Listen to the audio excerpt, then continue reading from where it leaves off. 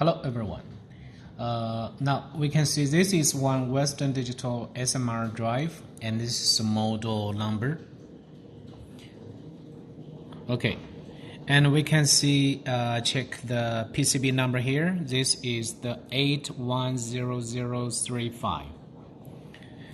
So due to the MCU knock, we cannot read or write the ROM directly and access the firmware error. So we need to use some special board.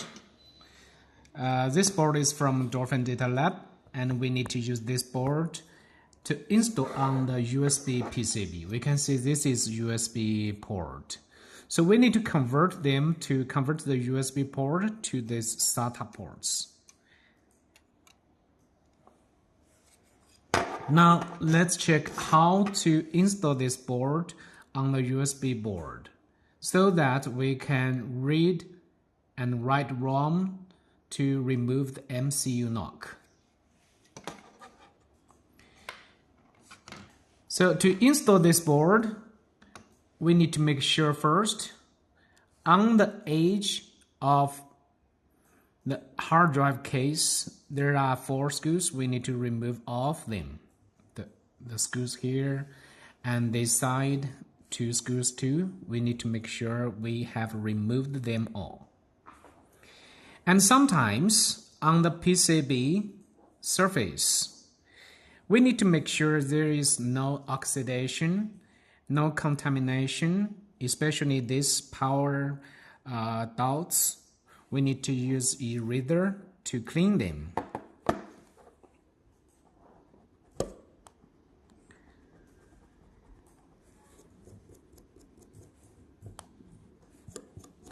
And also some metal points. We can see the dots here.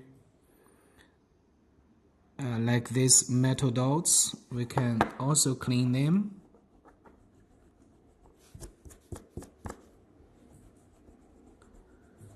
You know, sometimes there is some kind of contamination on these metal dots. So we need to clean them, use eraser. Okay, after we clean all this surface, and we can consider to install the screws here first.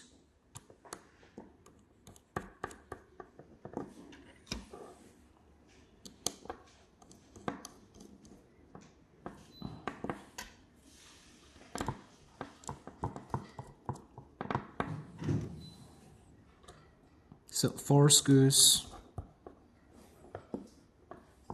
and these 4 screws will help to hold the board, the SATA board, the compatible SATA board for this USB PCB. Okay, now let's install this board to the USB drive. When we install it, we need to make sure we use the right direction. There are 4 holes here, okay? So we need to make sure these holes are holding the 4, okay, holding the 4. We need to check the pins, okay, here.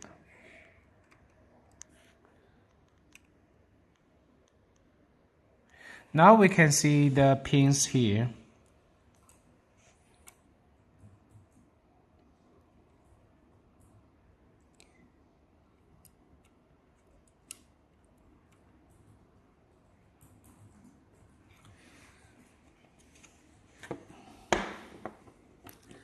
Sometimes we can adjust a little bit like this one, okay, to adjust it slightly. Adjust it to make sure all the pins are connected properly with the metal dots on the USB PCB. Okay, this is a USB PCB, so we need to adjust them slightly. And when we are installing the red screw to fix the compatible SATA board, okay, we can fix a little. Then we fix another red screw, the angle, okay, this one this way, and then again here, again the last one. When we are installing the screws, we need to check again the pins. We can see the pins are still has some a short distance to the dots. Okay, so we need to install the screws further. We can install like this one to make sure the pins are connected to the dots.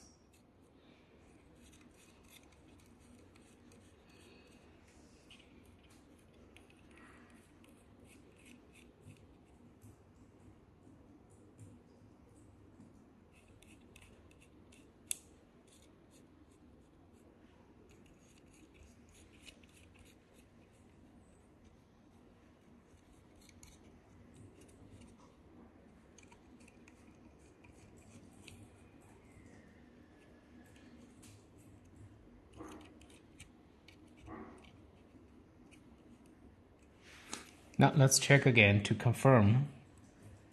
Okay, we can see the pins are connected to the dots here, the pins.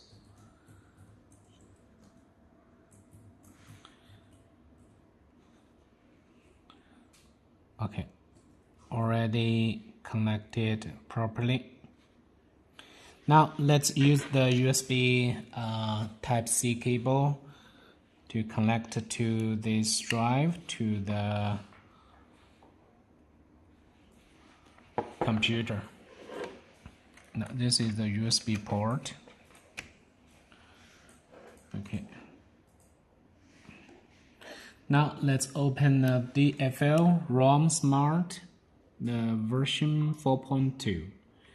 So first we need to connect the device, and we can see connect device success.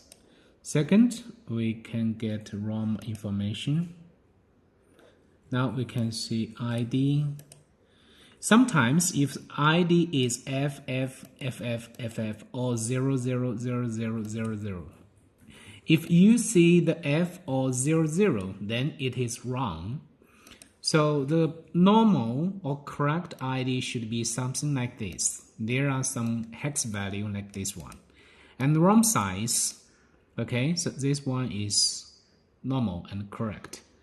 Now we can click read ROM. Here we can give it a name because this is 1810035. So we give it a name to save here. Now the software starts to read this ROM from the USB PCB. Now we can see this is hardware. We have installed this PCB properly to this USB drive. And now we are using the software to read the ROM from this USB hard drive. Because by normal method, we cannot read and write the ROM with the existing firmware repair software. So we can only use this method. And this one is very easy to use. After we finish reading this original ROM, we can try to open this ROM on the computer. Now we can see the ROM read success. Okay. Now to make sure if this ROM is correct or not, we need to double click the ROM here. We can open it within WinHex. So we can see this is ROM content. And we can try to search RORL. So this is a ROM module. So this is a ROM module 30. And we can see other ROM module. This is 181. And this is the module 0A and module 0D. So all the ROM modules are available within this ROM. That means this ROM is correct. So this is the correct original ROM. Now we can go back to this software. So we can generate the unlock ROM. And this menu is used to automatically generate unlock ROM and write unlocked ROM at the same time. So we can use this one and select ROM. This is original ROM. Okay, we select this one. Create unlock ROM. Maybe this one has been already unlocked. And sometimes we can use this one, block 411. So block 411 and write. So write the unlock ROM and block 411. So this is the secured method to protect the source drive and protect the module vulnerability.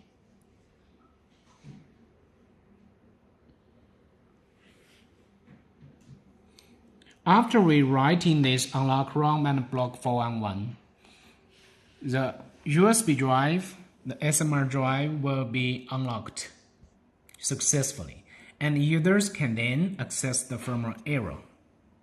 So this is how we use the G3 adapter to read-write ROM and unlock the MCU lock. Thank you for watching the video.